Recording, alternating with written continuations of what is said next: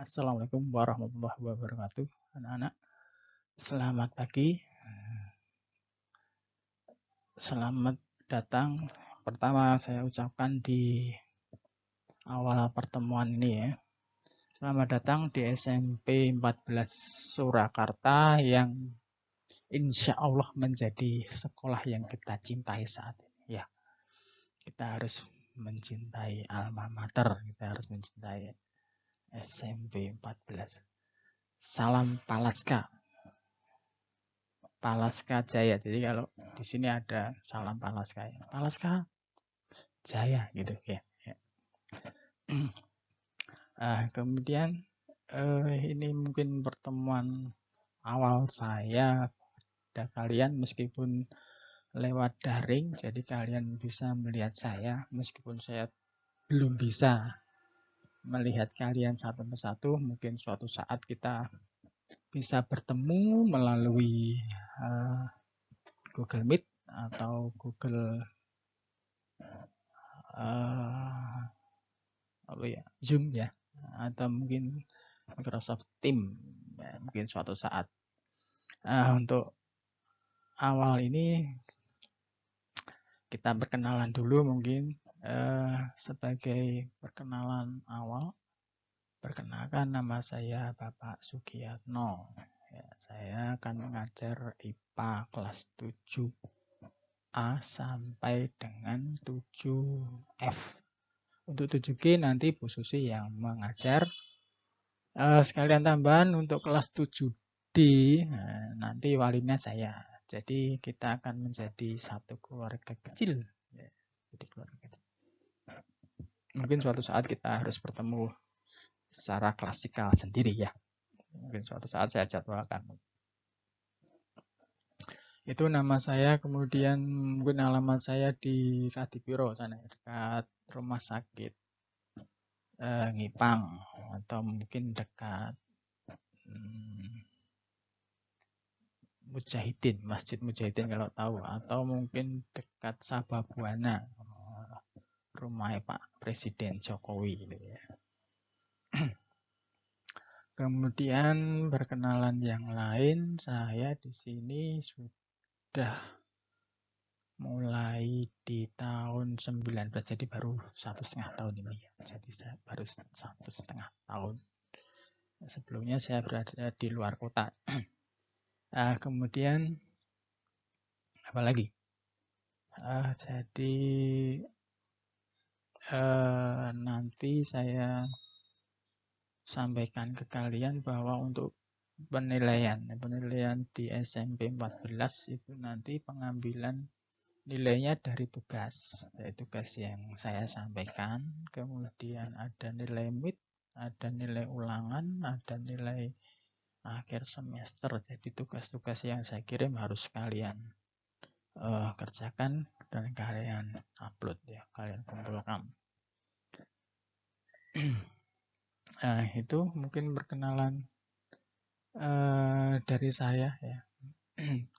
Intinya selama daring ini kalian harus aktif mengerjakan tugas, tidak hanya tugas IPA tapi semua tugas yang disampaikan oleh Bapak Ibu guru ya. Silahkan kalian kirim, jangan ditinggalkan karena itu mempengaruhi nilai kalian ya. Itu dulu untuk perkenalan.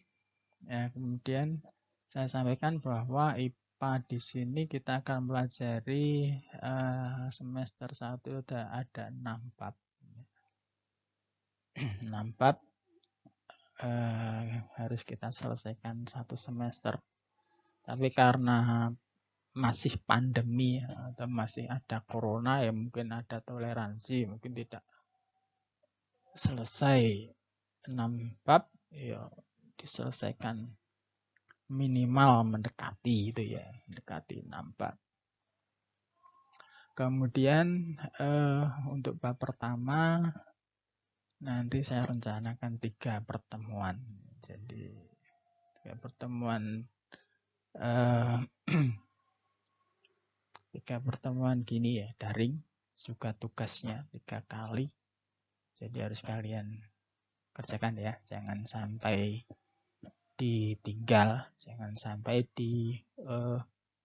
dilupakan semua saja, semua, tidak hanya IPA, tapi semua silahkan kalian kerjakan. Ya. Untuk awal pelajaran, saya mengulangi sedikit tentang IPA. IPA itu apa tuh? IPA itu ya seperti yang kalian pelajari dulu waktu di SD. Nah, di sini di bab 1 tentang apa? Bab 1 adalah mempelajari tentang objek IPA dan pengamatannya. Objek IPA dan pengamatan. Jadi objek IPA, apa yang dipelajari di IPA? Yang dipelajari di IPA itu adalah semua yang ada di alam. Karena IPA itu adalah ilmu pengetahuan alam. Jadi semua yang ada di alam, baik itu yang hidup ataupun yang tidak hidup, dari yang kecil sampai yang besar gitu ya. Itu dipelajari semua di IPA. Misalkan dari makhluk hidup yang terkecil kita tahu ada kuman. Nah, sekarang virus ya, virus corona itu kan kecil sekali, tidak bisa dilihat dengan mata, tapi kita antisipasinya sangat. Ya, kita harus pergi menggunakan masker, harus cuci tangan, harus menjaga makanan yang sehat, harus menjaga tubuh kita imunnya selalu tinggi gitu ya. Karena untuk melawan apa? Kita nggak kelihatan. Yang dilawan itu virusnya modelnya gimana, nggak kelihatan. Tapi ada, ya kan? Ada. Itu yang terkecil sampai yang terbesar. Yang terbesar ya hewan-hewan yang kita lihat itu, misalkan sekarang ada gajah, ada badak, ada mungkin dulu ada dinosaurus, ada T-Rex dan lain sebagainya gitu ya dulu. Kemudian kalau benda mati ya sama, benda mati ada yang dari yang terkecil itu ada kita mengenal atom. Ada atom yang kecil. Kemudian yang terbesar kita mengenal tata surya. Ya. Besarnya sangat tidak terbatas, sangat tidak besar sekali. Ya. Jadi yang kecil ya kecil sekali, tidak bisa dilihat. Nah, yang kecil itu biasa disebut dengan mikrokosmos, yang besar itu disebut dengan makrokosmos. Nah, itu objek IPA yang akan kita pelajari. Kemudian pengamatannya. Nah, pengamat kita juga harus mengamati apa yang akan kita pelajari. Seperti tadi kita virusnya gimana tuh? Ke orang-orang sekarang sudah bisa menggambarkan virusnya bentuknya kayak rambutan misalnya. Dari mana itu mengadakan pengamatan, mengambil contoh dari orang yang terkena virus, kemudian diambil virusnya, kemudian diamati virusnya. Oh, ternyata virusnya bentuknya kayak rambutan. Ada bunder, kemudian ada rambutnya. Apa ya, benar semacam itu karena kita belum melihat dengan mata kepala sendiri, tidak membuktikan sendiri, ya kita percaya saja. Mungkin bentuknya memang semacam itu. Itu pengamatan.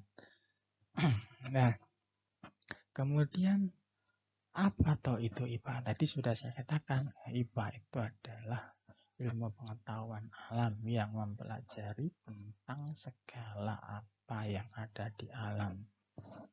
Baik itu makhluk hidup, makhluk tak hidup, atau mungkin sebab akibat yang ada di dalamnya. Contohnya misalkan kita membakar sampah, kita menebang pohon, kita membakar sampah ya, menggunakan kendaraan yang berlebihan asapnya, itu akibatnya apa itu dipelajari. Itu ya.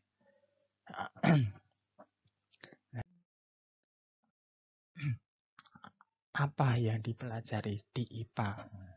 Ya, dipelajari di IPA. Di sini nanti akan saya sampaikan dua bagian yang dipelajari. Bagian yang pertama adalah tentang pengamatan tadi. Nah, pengamatan itu apa sebenarnya? Pengamatan itu nih, pengamatan adalah aktivitas terhadap suatu proses atau objek yang dimaksud merasakan dan kemudian memahami pengetahuan dari sebuah fenomena berdasarkan pengetahuan dan gagasan yang sudah diketahui sebelumnya untuk mendapatkan informasi-informasi yang dibutuhkan untuk melanjutkan penelitian. Jadi pengamatan itu semacam itu. Pengamatan itu mengamati dari yang terkecil sampai yang terbesar yang kita butuhkan untuk diamati. Misalkan panjangnya dari berapa senti sampai menjadi berapa senti. Misalkan kalian menanam kecambah, hari pertama belum tumbuh, hari kedua sudah tumbuh tunas, hari ketiga sudah 1 senti, hari ketiga, hari keempat, hari kelima, dan seterusnya. Nah, itu panjangnya pengamatan berdasarkan. Kalau kita mencari panjang, waktunya berapa hari? Hari pertama, kedua, sampai 1 minggu mungkin. Nah, itu waktu. Mungkin juga masanya juga bisa. Masanya dari berapa gram sampai menjadi berapa gram. Misalkan ini tidak kecambah, misalkan pertumbuhan anak kecil, bayi yang baru lahir, kemudian biasanya ada posyandu penimbangan anak. Jadi tiap bulan ditimbang untuk mengetahui bobotnya tambah opora gitu ya. Itu pengamatan. Nah, di sini saya mempunyai contoh mengamati daur kehidupan kupu-kupu ya. Kita saksikan bersama, silakan kalian lihat sini ya.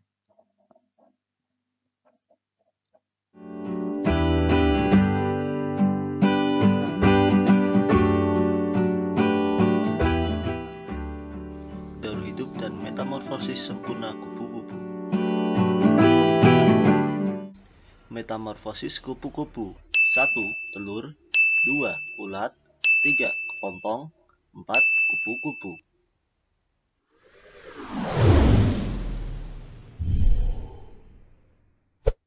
Serangga ini biasanya mudah ditemukan terbang di taman pekarangan rumah. Banyak orang yang belum mengetahui bahwa kupu-kupu merupakan wujud dewasa dari ulat.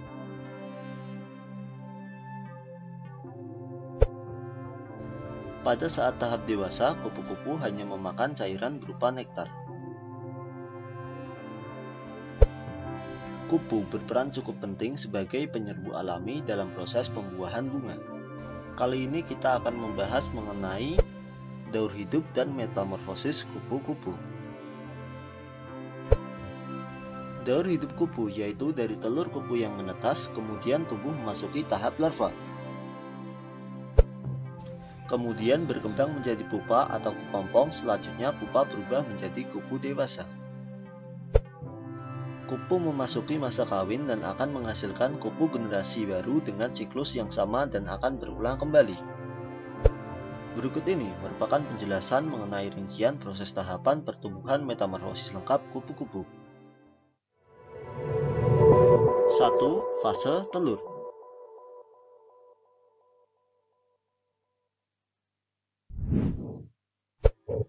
Setelah memasuki masa kawin, kupu betina akan menghasilkan telur. Beberapa telur jenis kupu-kupu mungkin berbentuk bulat, tetapi ada juga beberapa telur dari spesies lainnya berbentuk lonjong. Biasanya telur kupu diletakkan pada daun tanaman, yang mana merupakan sumber makanan larva kupu nantinya. Telur kupu akan menetas dalam waktu 3-5 hari, tergantung dengan jenis spesies dan iklim tempat telur tersebut berada.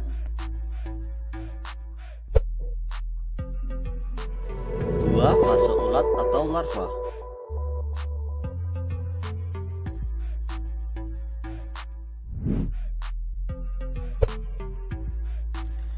Kupu yang baru menetas dari telur dikenal sebagai larva, atau juga bisa dikatakan sebagai ulat. Sesaat setelah menetas, ulat akan mulai memakan daun yang berada di sekitarnya.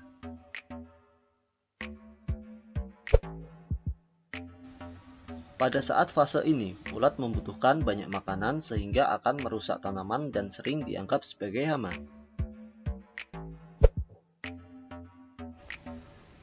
Ulat berganti kulit sebanyak 4-6 kali. Pergantian kulit pada ulat ini disebut molting.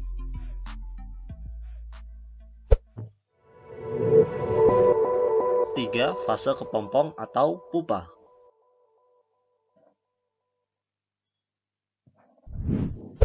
Segera setelah ulat tumbuh dan mencapai panjang penuh, ulat membentuk diri menjadi pupa yang juga dikenal sebagai kepompong.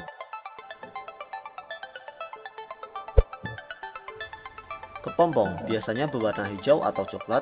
Hal tersebut bertujuan untuk menyamarkan diri sesuai dengan lingkungan sekitar.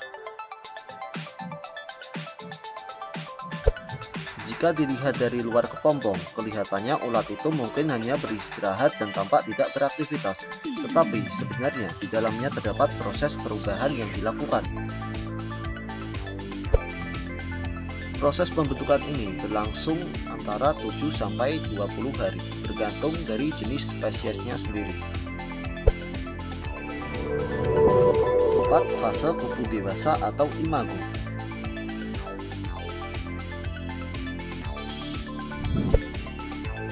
Kupu dikatakan memasuki fase dewasa ketika ia berhasil keluar dari pupa atau kepompong. Sesaat setelah keluar dari kepompong, kedua sayap masih lembut, lemah, dan terlipat menempel di tubuhnya.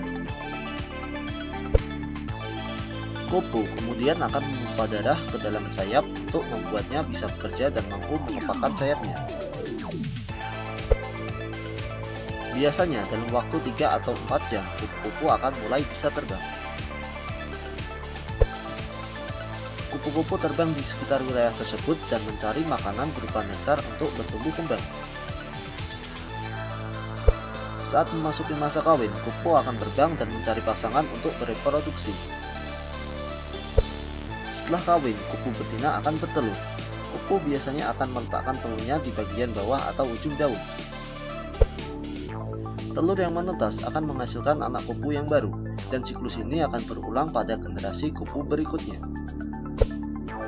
Karena kupu mengalami 4 fase tahapan pertumbuhan, maka dapat disimpulkan bahwa kupu mengalami proses metamorfosis sempurna. Itulah penjelasan lengkap mengenai daur hidup dan metamorfosis kupu. Terima kasih sudah menyaksikan video kami. Semoga video ini bermanfaat bagi kita semua.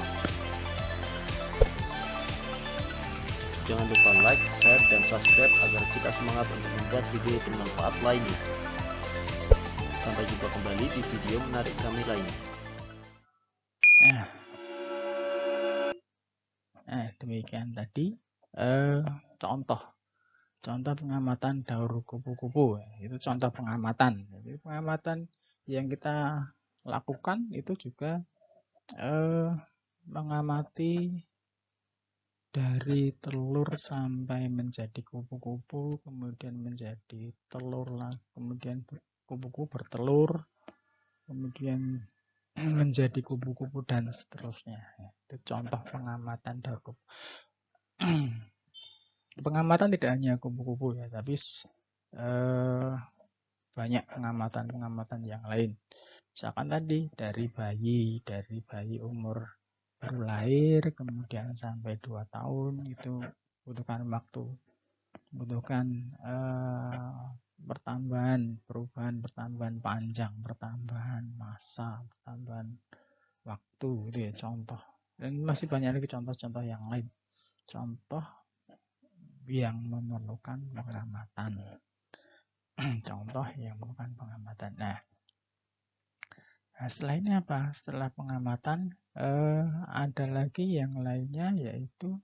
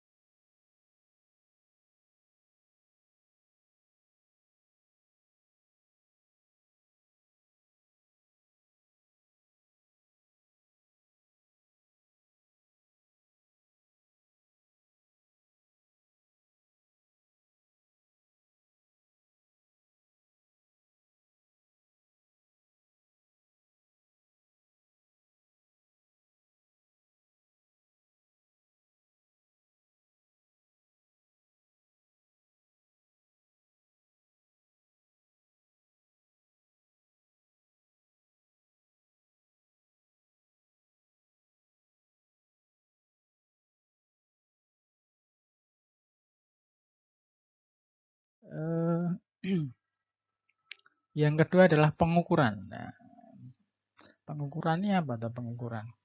Pengukuran itu adalah membandingkan suatu besaran yang diukur dengan alat ukur yang digunakan sebagai satuan.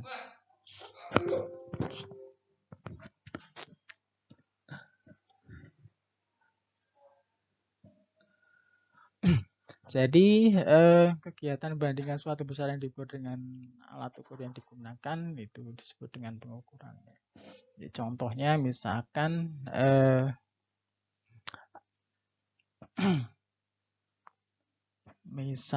mengukur panjang, kita bisa menggunakan mistar, gunakan meteran. Ada yang menggunakan jangka sorong, ada yang menggunakan mikrometer skrup untuk yang kecil ya. Ada yang menggunakan rollmeter untuk yang panjang, gitu ya. Misalkan, jadi kalau pada saat kita melihat pertandingan lempar cakram, lempar lembing atau mungkin tulak peluru itu menggunakan rollmeter panjang alat ukurnya. Kemudian kalau misalkan tinggi badan, ya kita menggunakan meteran. Kemudian mengukur panjang meja bisa menggunakan mistar. Nah, di sini ada contoh mengukur tinggi badan, tapi menggunakan alat ukur tinggi badan. Contoh caranya bagaimana kita lihat di sini ada kita lihat di sini kita perhatikan bersama contoh mengukur tinggi badan ya. Ini adalah langkah-langkah menggunakan mikrotoa. Persiapan alat. Gantungkan bandul benang untuk membantu memasang mikrotoa di dinding agar tegak lurus. Letakkan alat pengukur di lantai yang datar, tidak jauh dari bandul tersebut dan menempel pada dinding. Tarik papan penggeser tegak lurus ke atas, sejajar dengan benang berbandul yang tergantung, dan tarik sampai angka pada jendela baca menunjukkan angka 0. Kemudian, dipaku atau direkat dengan lakban pada bagian atas mikrotoa. Untuk menghindari terjadi perubahan posisi pita, beri lagi perekat pada posisi sekitar 10 cm dari bagian atas mikrotoa. Pastikan alat geser berada di posisi atas. Responden diminta berdiri tegak persis di bawah alat geser. Posisi kepala dan bahu bagian belakang, lengan, pantat, dan tumit menempel pada dinding tempat mikrotoa dipasang. Pandangan lurus ke depan dan tangan dalam posisi tergantung bebas. Gerakan alat geser sampai menyentuh bagian atas kepala responden. Pastikan alat geser berada tepat di tengah kepala responden. Dalam keadaan ini, bagian belakang alat geser harus tetap menempel pada dinding. Baca angka tinggi badan pada jendela kaca ke arah angka yang lebih besar atau ke bawah. Pembacaan dilakukan tepat di depan angka atau skala pada garis merah sejajar dengan mata petugas.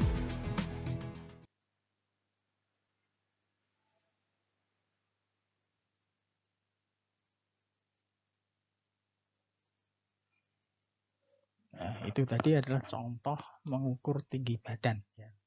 Jadi kalian bisa menggunakan alat ukur yang lain. Misalkan kalian mengukur panjang meja menggunakan meteran atau garisan kalian, bisa garis ya. Atau mengukur berat badan kalian dengan timbangan badan. Atau kalian disuruh menimbang gula menggunakan timbangan. Bisa ya. Atau menggunakan alat ukur yang lain. Nah, jadi di sini pengukuran itu adalah Pengukuran di sini adalah kegiatan membandingkan besaran yang diukur dengan alat ukur yang digunakan sebagai satuannya. Jadi harus sesuai ya di sini. Antara besaran yang diukur dengan alatnya harus sesuai. Kalau tidak sesuai nanti akan membingungkan. Contohnya panjang.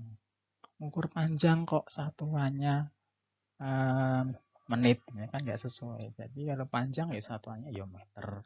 Waktu satuannya ya detik atau menit atau jam atau hari ya, yang sesuai.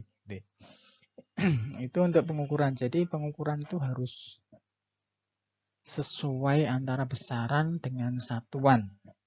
Ya, kemudian alat-alatnya juga kalian mungkin di rumah ada banyak alat ukur ya, mungkin tidak hanya meteran, mungkin ada timbangan, mungkin timbangan di dapur itu ya, timbangan milik ibumu itu, timbangan tepung atau timbangan apa itu ya, yang untuk masak itu. Kemudian mungkin ada yang punya termometer, kemudian ada yang punya jam, jam mungkin hampir sebagian besar atau semua mempunyai jam. Di HP juga ada jam, itu adalah pencatat waktu, ya mencatat waktu. Atau mungkin alat ukur yang lain. Nah itu yang dimaksud dengan pengukuran gitu ya. Jadi itu dua materi yang saya sampaikan untuk hari ini. Saya cukupi sekian untuk materinya. Kemudian selanjutnya silahkan kalian kerjakan ini soal ini ya. Jawablah soal di bawah ini, ada 3 soal. Ceritakan yang kamu ketahui tentang pelajaran IPA, ceritakan manfaat IPA bagi kehidupan kita, ceritakan pengalaman menarik di IPA yang pernah kalian alami. Kemudian kerjakan di buku tulis, kemudian difoto, diupload di Google Classroom. Ya, silakan di Google Classroom nanti. Itu yang saya sampaikan untuk hari ini. Terima kasih. Tetap stay at home, jangan kemana-mana, agar kita bisa bertemu di pertemuan yang akan datang. Selamat pagi, salam Palaska Jaya.